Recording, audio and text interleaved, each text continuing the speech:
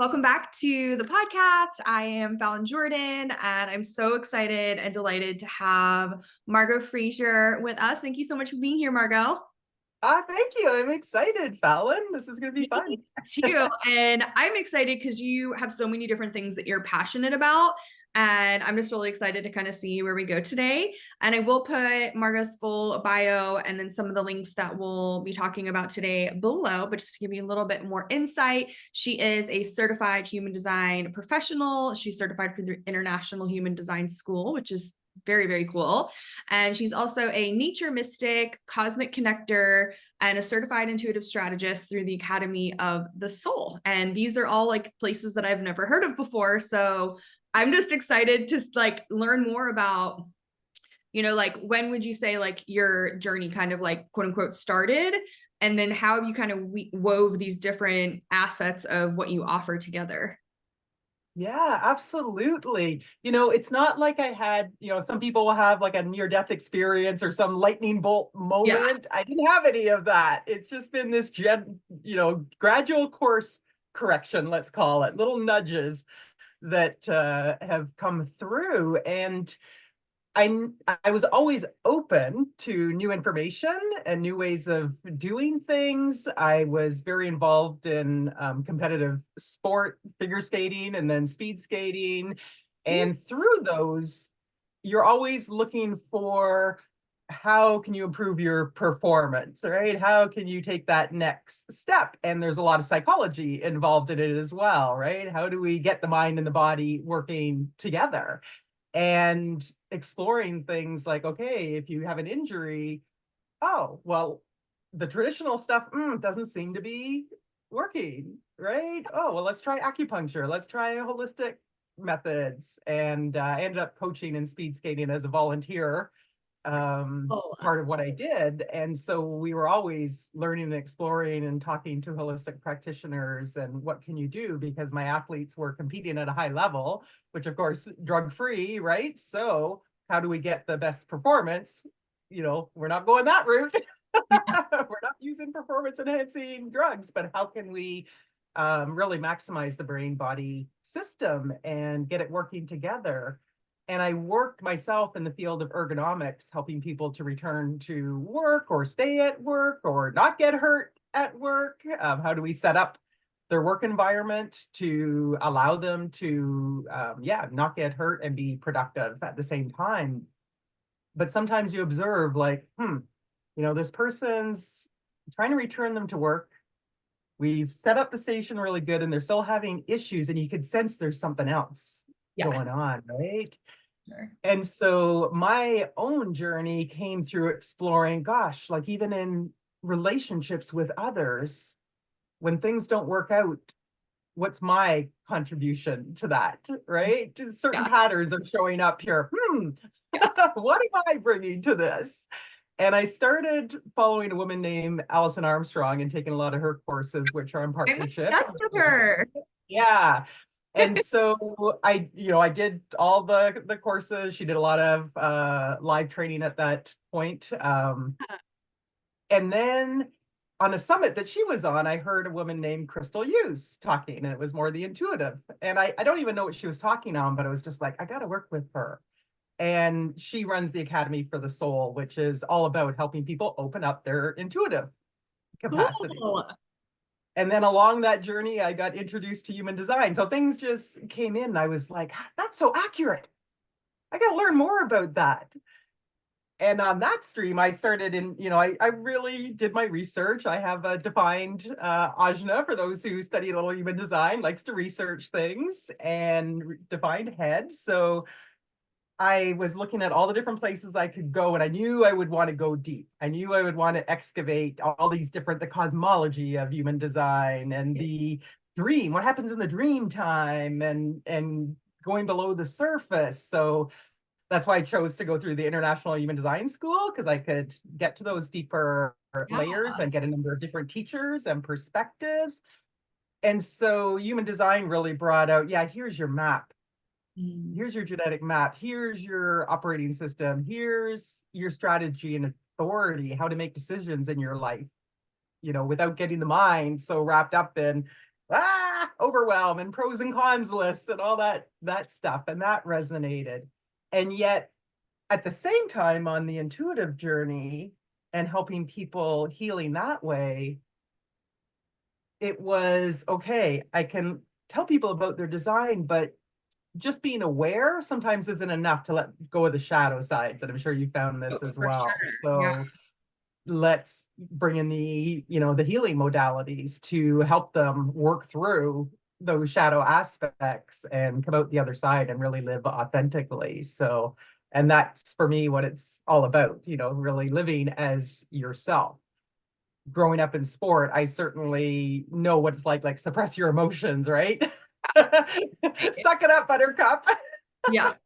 Especially just being But I'm an out. emotional That's being. such My a, design is emotional. yeah. So, picking all that back up again, I need that to make correct decisions in my life. So, yeah, it's just been kind of this journey where the pieces came in and I just had a sense I need to follow that. I need to follow that. So the intuition was working. I just wouldn't have called it that at the time. It would just be Right. like, well, I feel like I need to do this, right? So yeah, that's a little bit about my I love path. it. What's your authority? I am a manifesting generator with emotional authority. Me too. Yeah. Our mutual friend was like, you guys need to connect. I Yeah. love that. And so if you're new, like I actually have some new people who are coming in who were like, you keep talking about human design, like what is it? So you have your human design type and then you have your authority, and that's how you make decisions. And for me, learning that I'm a manifesting generator, which means that like I'm good at doing multiple things, like I can start and not finish things if it's something that's not bringing me joy. Went down the journey of ADHD stuff. But then, so that was like its own process. But like learning about the emotional, like responding to my gut reaction about things, making decisions is really what changed everything for me, because Mhm. it just removes so much guilt, right? Like, am I making the right decision? And it's like really just trusting yourself. And I think that for me and a lot of, people that I work with or like colleagues, like really trusting your intuition is the most important thing in human design, and understanding that tool, I feel like is amazing, because I mean, life's all about making decisions. If you can nail that one thing, you're going to be in good shape. Exactly, and move into that trust of it. So it's kind of like a speedy way for me to, Yeah. human design. It's like a speed finding out how to make those decisions, what traits are truly you, what are not, but also open you to wisdom. I mean, it's so interesting that the places we learn from others is also the place where we can be conditioned, off track, Yeah. be pulled off track, and also to recognize that we are conditioning influences as well, right? Yeah. We're transmitting our frequencies out and we need to be responsible with our energy. And so me as someone who's emotional, when I'm down on my wave, I need to be responsible with that, Mhm. and to say that, I'm down emotionally right now. It's nothing personal. It has nothing to do with anyone else. It's my own wave. I Yeah. just need to go a little bit, I'm going to be a little bit pulled back right now. Yeah. I'm going to be a little bit more internalized and let this process, I'll come back out.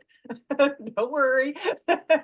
I love that. And so I come from like the brain world, and like I grew up watching the Olympics, was very much into it. And I mean, speed skating was one of the things that I loved watching, so I only really watched it in the Olympics. Like I never actually like saw anybody do it or anything like that in real life. And I bet you were really, really good and that you loved it. Like just like that channel of like going fast and just I Yeah, don't I love the flow. What's know. interesting is when you go deeper in my design, I'm very slow. I'm very slow, very passive. I have a split in my design, which slows me down, but also at a deeper level, I have a receptive mind, not strategic. I have a big picture view, not focused. I have a passive brain body system. I have an observer. The way I look at the world is as an observer, called this quad right in my variables. So getting into that deeper level, and oh yeah, like slow way down. And then I'm emotional, which slows me down too. So yeah, you can sometimes there's things at the surface and And I was living those out. I was living fast, Yeah. right? And it's actually kind of a joke, the competition. That's totally not self. And, you know, I didn't actually like the competition itself, but that when you did well, that was the path, Right. right? To move through the competitive ladder. But there's everything in my design is, oh, I can see I got gate 51. It could be very competitive with others instead of pushing my own boundaries. That's how it played out when I was younger.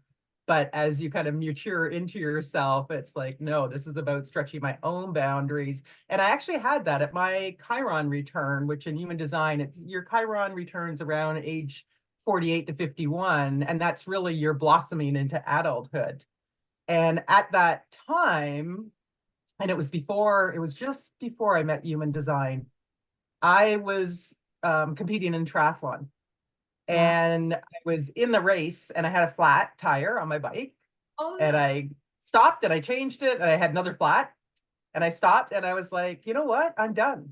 I don't want to compete anymore. Good for you. Nothing to a flat tire, but it just hit me and it was my Chiron coming in and like, this is not authentic to you. Stop Wow. it. Cool. What sign is your Chiron in? Oh my gosh, I would have to look at it. I can't remember. I can't I didn't remember. even know about the Chiron thing until like a few Yeah. months ago. And it's the only place that I have like any Gemini.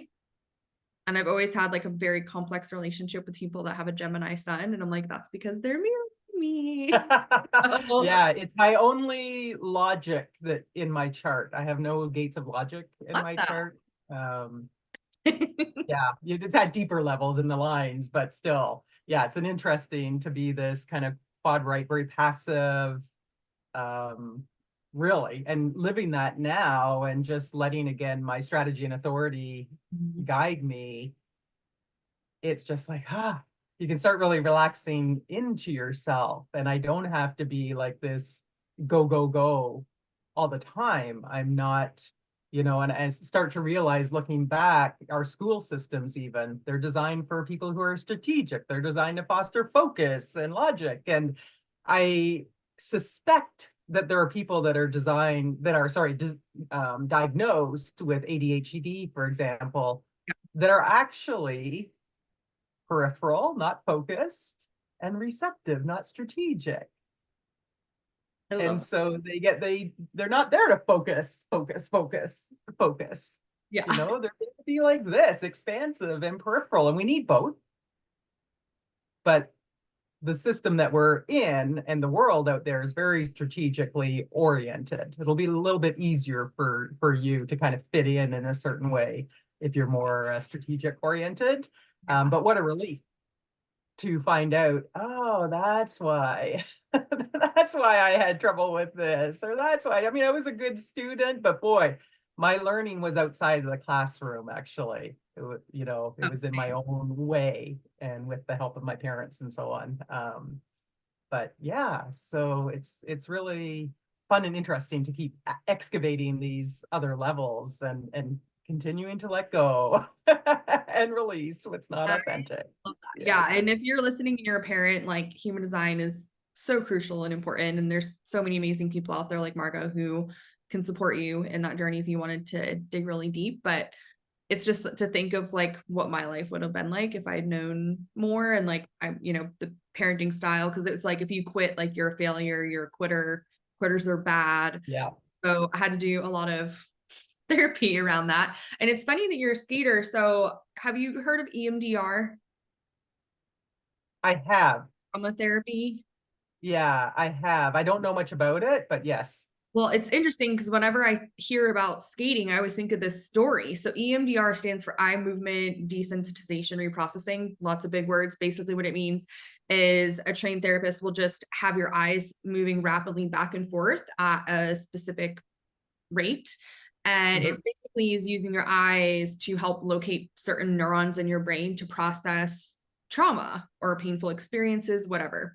And Yeah. so the person who actually founded brain spotting, which instead, because some of his clients were doing the rapid and then their eyes were getting like stuck, and he was like, this is really weird. This isn't good. And then he Yeah. realized that like they needed to stay stuck. And so brain spotting is kind of the opposite, where you stare at one spot for a very significant long period of time and go through it. And he actually discovered it with a Olympic figure skater. Okay. Couldn't nail her triple axel or something crazy. And Yeah. when they started doing this subconscious work, it was related to her parents' divorce. And it's like, how do you put Okay. those two and two together? And I just wanted to share that because I think it's cool. Not a lot of people know about EMDR brain spotting and like how powerful Uh-huh. it is. And I just always thought it was really cool that it was like a top performing athlete who, basically like helped create this new Great. That's time cool. of it. Yeah. Super cool.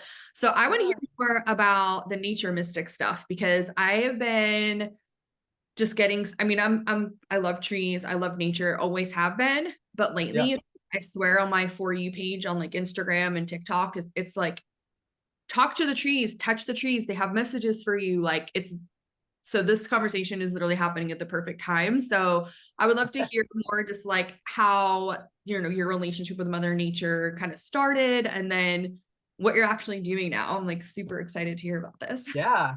Yeah. So it it's wired in Yeah. for sure.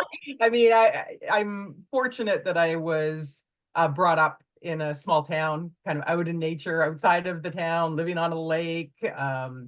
My dad was very good at kind of, teaching us about the trees and taking us on canoe trips because we lived in a place where very close, those of you that are in Canada and Ontario might know Algonquin Park, which is a beautiful park where you can just canoe from lake to lake to lake. So Cool. he would take us on canoe trips right from the time we were little kids and just set up camp, and then we'd go out in the canoe, and we were always curious and following the ants around, and what's that, what's this, what's that, what's this. And so always had this deep love for nature, being out in areas where a lot of people don't go. Even now I go on these canoe trips remote up in northern Canada that Oh, that's some of the places that you're in, people have not stepped on that step that you just took. They haven't, no one else has been there.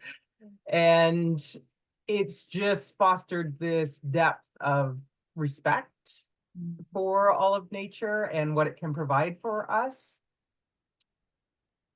And the nature mystic part has just, again, developed as my intuition opened, that it's beyond just having a love for nature and feeling this connection with it, being able to talk to the energies of it, to receive the messages of it, to understand that, especially when there's something unusual that comes in, that, whoa, there's a message in that. I was doing an interview last week, and just about an hour before, because I'm traveling around Australia right now, this huge mob of cockatoos flew in, and they're it's really loud when they come in, and they were landing the trees right outside the window, and then on the telephone lines that were out there, hundreds and hundreds of these cockatoos just chatting it up and so on. And it just, oh, they're coming in to bring the community together, and and help me to communicate and have my voice, my expression move out. Thank you so much for that. And about 10 minutes before the interview started, away they went, which was perfect because it would have been hard for anyone to hear because they were so loud. But they came in, they gave me their message, they gave me their support, and then they moved on to their next place. So great. or being in nature, I was in a walking through a forest one time, and I was out on the west coast of Canada, and I was like, oh, there was a lot of blow down there, a lot of trees were down from a windstorm that had come through. And this thought came through that was like, this is not a very pretty forest. And then I caught myself. I like, what? What is that? And I'm like, okay, you need to stop right now here and feel into this forest. And as I was doing that, oh my gosh, I could feel the beautiful presence of this deva, or spirit of the forest, that was there to support all those tree kingdom beings in their transition, a very long time, and just their their process. And it was, oh, there was such love there, and such compassion. And I knew that that energy was there for us too, as we move through our processes, move through our cycles, when we have to let go of things, and finally when we have to let go of our own form, that there, you know, there's this beautiful benevolent forces there that's supporting all of us, all of nature. We're What are part some of of your nature with favorite that. places? Or like where have you had like some really, Favorite places? Is that what you yeah, asked? or like places you've had like really profound experiences with nature?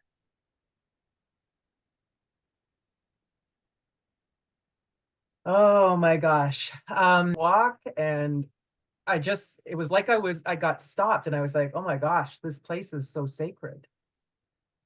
Oh, There's been something here that has held this place.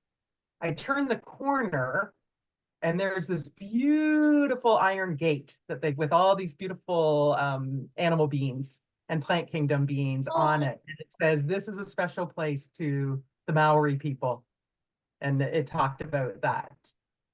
But cool. just before I got there, I already had, like, it was just like, whoa, that's when you get the goosebumps, right? And you're going, woo, so many places. And it really, everywhere that you go, every place on the land is ultimately sacred. And it doesn't matter whether you're living out in nature or you've just got a local park that you can go to connect and be with those beautiful plant kingdom beings and notice the little animals and really watch them and watch the insects. And gosh, they can teach you so much. Even the mosquitoes. I mean, when we go up north, it's bad, right? The black flies I and the know. mosquitoes when you go into the season, and the buzz, right, is so loud. Now we have bug jackets we put on to protect ourselves, but even just sitting in it, and you know they're landing on the jacket, but they're not biting you, and you're taking in that noise.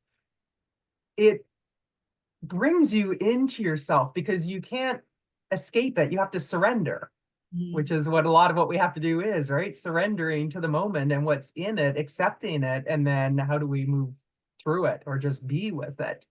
And so even these little animals that these little beings that you know are can be such pests, or we think of them as that way, can teach us something, Yeah, I right? And remember so when I you was learn that. little, I was like the only person in my family, friends, etc., like never wore bug spray and never got bit by a mosquito. To this day, I've never been bit by a mosquito. And I used to get like really sad. I'm like, why don't they like me? And then now I'm like, they just like, no, my blood is too precious. But I remember, and especially growing up in Maine is where I'm from. And like, I mean, the mosquito situation is pretty situated up there. Yeah, exactly. And if you go north, woo, yeah, it's pretty bad. I mean, you can't see your hand sometimes if you stick it out. They just cover it. But yeah, there's a beautiful interrelationship, and you know, we had so much history that was about dominating, right? That kind of patriarchal force that came through, and it's about control and dominating the animal kingdom per se, dominating nature, and instead of being responsible for it and with it and coming into the beautiful interrelationship with it. And so that connection really wants to come back in now. And we're seeing this beautiful reawakening of the divine feminine forces. I just have a program that I'm just going to be starting in early March about connecting with Goddess Nyx in the night, connecting with Goddess Chaos. People don't realize that Chaos was actually a feminine goddess. And originally it meant void or chasm. But even with chaos, to be able to sit in chaos and not be taken off center through the connection of that divine feminine force and the goddess Gaia, connecting with the form. We have so many people that are trying to escape out of the form, right? Like, I just want to be out there in the celestial realms, but we're here. And this is something human design brings too, right? Consciousness in form. And so this coming into love of that. And then through that, also calling forth the divine masculine the one that's going to hold space for that feminine and look for the win-wins, not the domination, but look for, what is that win-win for all, and hold the feminine as precious and sacred as the divine feminine holds him as precious and sacred. And we have both of those forces within all of us, right? The divine masculine, the divine feminine, the lower masculine. And we just don't want to flip it so that the shadow feminine is just taking on the masculine, which is a lot of what happened, right? Well, I'm going to become a dominating person, or I'm going to take control, or I got to take charge, or it's always about power over the other, right? That's the patriarchal philosophy, to have power over the other instead of being empowered through empowering others. And that's, I think, what wants to awaken. I think that's what nature can help us to reawaken, and connecting with these these are forces of nature, the night, the dark. We are trained again through the demonization of, ooh, dark, be afraid of that, be afraid of the night, right? Don't go into there. But there's all this light quality of what we consider dark. So I know we kind of took a skew there, but No, I I love think that. And that's an important part of nature, right? Is let's connect with these primal forces. Whether you're a male, female, however you identify, that's irrelevant. We hold the yin yang within us. And there was so much demonization when they look back in history, right? Like, as I said, chaos was originally the void, the chasm, and it got, oh, let's just put that into disorder. Right? Like, let's make that mean disorder so we can demonize it. And, oh, we're here to take control, to put things in order. And yet evolution comes through the disorder and the reorder process. So you have to be in the allowing sometimes of the disorder for that newness to emerge and for your own being to evolve. So yeah, so this is a direction that I'm going, as well as just supporting people and connecting with and reawakening those beautiful divine forces. And if your masculine, your own masculine, can develop a beautiful relationship instead of demonizing those forces within their feminine, your own feminine, hold them as sacred again and beautiful, and that creative place that new birth can occur. He's going to, I'm going to use the he just so we can talk about it. Your own masculine, your own young force within can open up to a new expression. And we know that, right, we're always impacting everyone else. So as we shift these relationships within ourselves, it's going to shift our relationships outside to become more sacred, and the way that we hold ourselves within the world, working with Gaia, working with the galactic or universal forces, the cosmic forces. Yeah, so so that's a little journey through nature. I love it. Yeah, I could listen to you talk about the masculine feminine thing all day, especially because you've studied Alison Armstrong. So you can help with the actual tactical 3D stuff when it comes to like courtship and, the healing. So for anyone who doesn't know who Alison Armstrong is, can you talk a little bit about what that means? Because I am still new to it and I only know like the little basics of it. Yeah. So Allison's mission is really about partnership and the men and women understanding each other and the places where they get caught up and so on. Having gone through it and then going deeper in human design, there's some things that, like, she'll talk about men are focused and women are more big picture.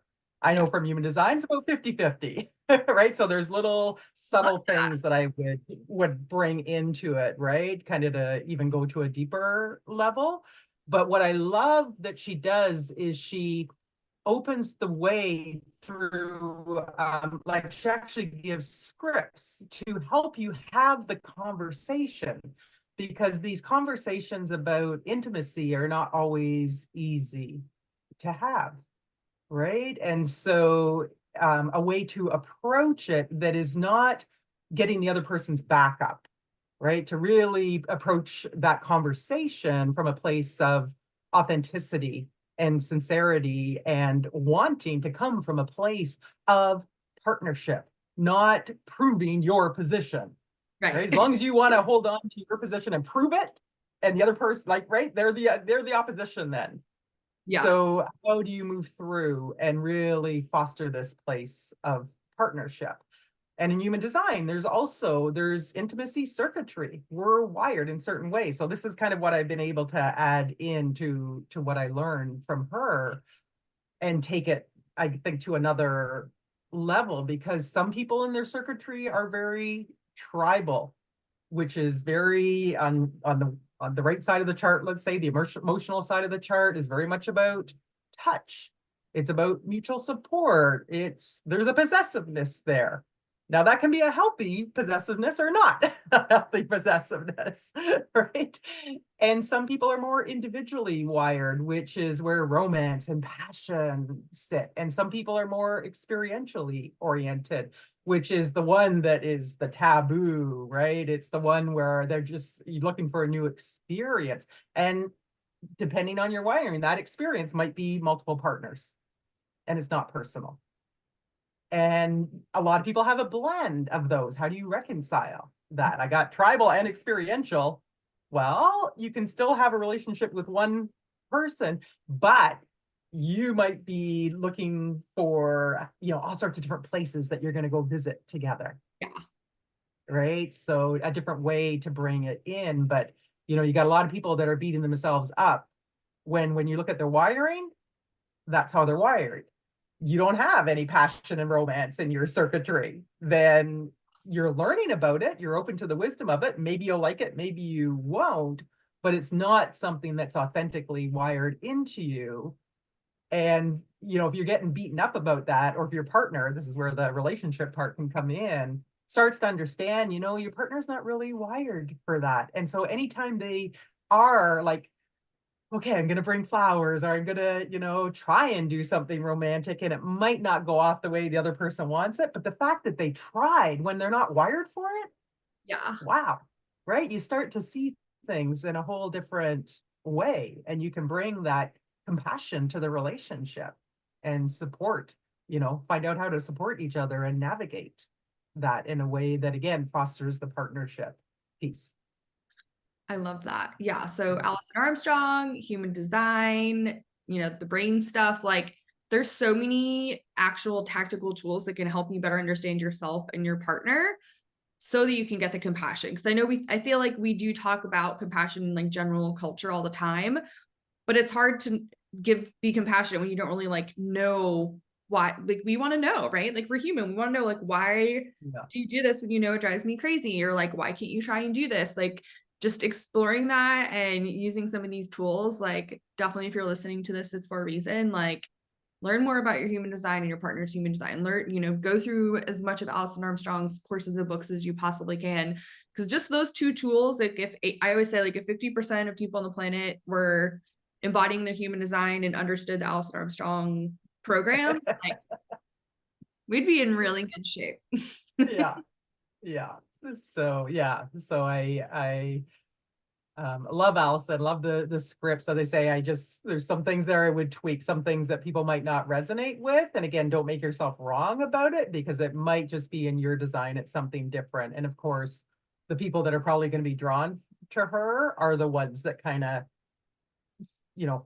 fit into those. The men that are more focused, and the women that are more peripheral and trying to understand each other. But yeah, so there's many, many different layers to explore, and not to get overwhelmed with it either, right? Just step by step. And what are you called to? And who are you called to? Right? You don't allow yourself to receive. Often it comes in, right? Oh, wow, I really feel sparked by that person, or there's something in that for me, or yeah, I need to go investigate. I need to read one of Allison's books. She's got a couple books that are out that'll give you they're not expensive, but they'll give you the keys to the kingdom and the Queen's Code. But will start to give you different perspectives too, different insights into partnership and how it operates. And on a human design side too, we have the caring, right? And we mix those things up. We mix up intimacy and caring, and they're Yeah. not the same. right? Intimacy is very rooted. It's how we come into bonding with each other, and it's very emotional. And human design said it's everything runs through the emotional system on that side. Caring, I mean, we want to romanticize it, but at its foundational level, it's about survival. We care for each other so that as a species, we can survive. Right. And there's different types of caring too. Some people are designed to care for others first before themselves. Some people are designed to care for themselves first before others. Some people are designed for crisis caring, right? It seems like they don't care much. Then crisis comes and boy, they take charge and they make sure everyone's looked after. Some Wow. people are designed to only be cared for by certain other people. Like it's in their design. They will not let others care for them unless the other one has a specific wiring. That I'm curious about if I have.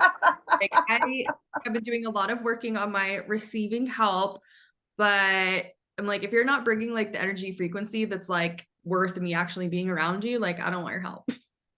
Yeah, so it might actually be in your wiring Yeah. that, if you've got more of the integration circuitry, it doesn't want to be interfered with by others. And there's a very specific other frequency the other would have to have for Cool. you to be open to them caring for you. And it would, again, only be when you really, really need it. Yeah.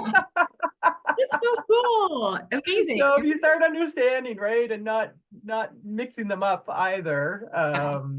yeah, then again, it's just another layer that you can delve into and go to. So yeah, there's so much out there to support people, support us all, and to help us navigate through life. And be excited by it. Again, don't be overwhelmed by it.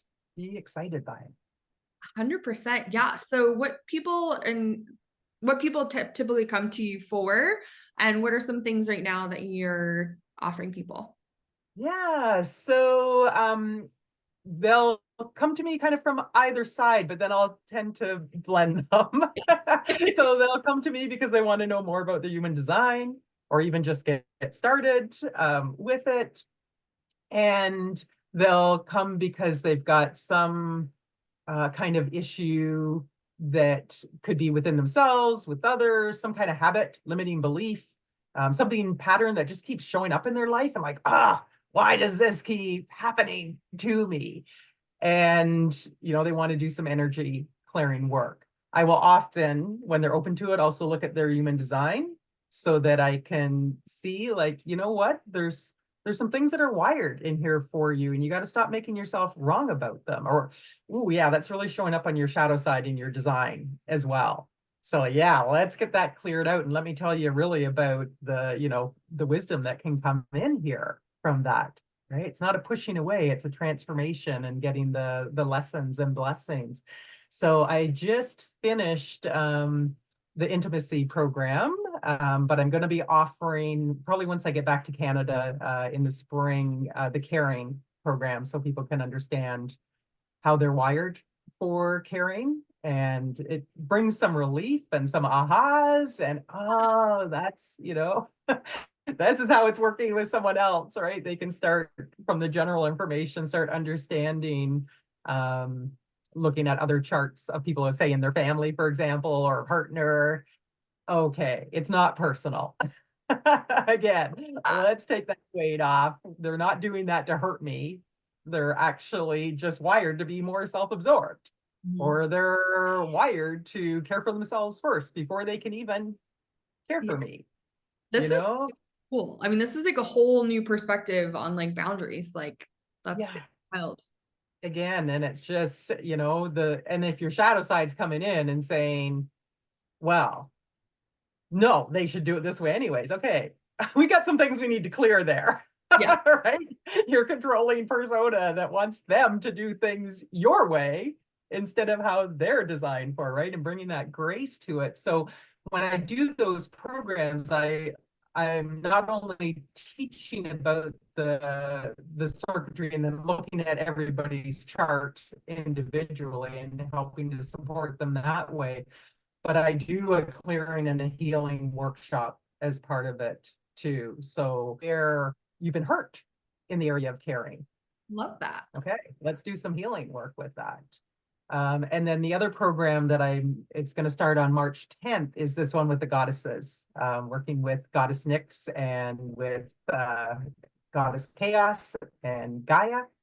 And really, again, releasing the demonization aspects, that have come through our ancestral lines or our past timelines, really understanding what their frequencies are about and how divine they are, and loving those parts within yourself, being able to sit with the dark, the metaphorical womb space within you, which is not empty.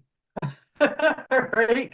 There's stuff happening there all the time. There's, again, the chaos can be going on within that too, but that's where the new ideas, that's where the birthing is occurring, and not being afraid to bring into form and to be embodied in your own form. And so, yeah, it's going to be a program where we're going to talk about their frequencies, kind of do an educational masterclass, and then we're going to do a healing workshop again. Let's clear all these, as much as we can. Let's shift the needle on all these old limitation patterns and that have been, squashing those aspects, or again, making them wrong or making us fear those parts of ourselves, and bring them into the light. And then for people who want to go even deeper, there's I'll be doing intuitive readings too. So I'll be reading for everybody what is most limiting their relationship with each of those, with the Nyx within, the night within, with the chaos, with the Gaia, the form. So let's get clarity on what your specific aspects are, shadow aspects that are keeping you disconnected from those divine frequencies. And then you bring those to the clearing workshop as well. I'll let them go as much as possible. And then if you want to go deeper, we're going to do a follow-up call. Let's see how you did with that, what's coming up next. And then we're going to have a little Zoom virtual retreat where we really celebrate and embody and be in that ecstatic dance of the divine feminine and calling forth the divine masculine. We can't have one without the other, and open up for him to really step forward. So those are a couple of things coming up. And then there's, always the human design readings and just general questions people might have or need support with on clearing. So yeah. Amazing. Well, lots of amazing offers from Margo. I'm gonna put some links below for you guys so you can get into her world. But it's just so fun to talk to somebody who's like melding all these like different pieces together. And it's like, of course, you're a manifesting generator. We're all over the place in a very good way. Yeah, exactly. Well, I'm Yeah, so well, thank grateful you. for you being here and just sharing so much beautiful insight in your energy. Is there anything else you wanted to share in closing? I think just to, for everyone to know that don't be afraid to live as your authentic selves, to learn who you are, right? We're all here to take responsibility for ourselves. Sometimes there's some fear of that. Ooh, if I really know who I am, I got to take responsibility for it. Yeah. But who you are is beautiful, and it needs to be here. We're all a different puzzle piece of the whole of totality. We all belong here. You're meant to be here. You do belong. You're here to be embodied and love your existence here and be at peace with it, or satisfied, or find success, or delight, depending on your type. Yeah, so just be you. Yeah, thank you. Amazing. Thank you so much. Thank you. This was fun. Thank you. So fun. And I will see everyone next time.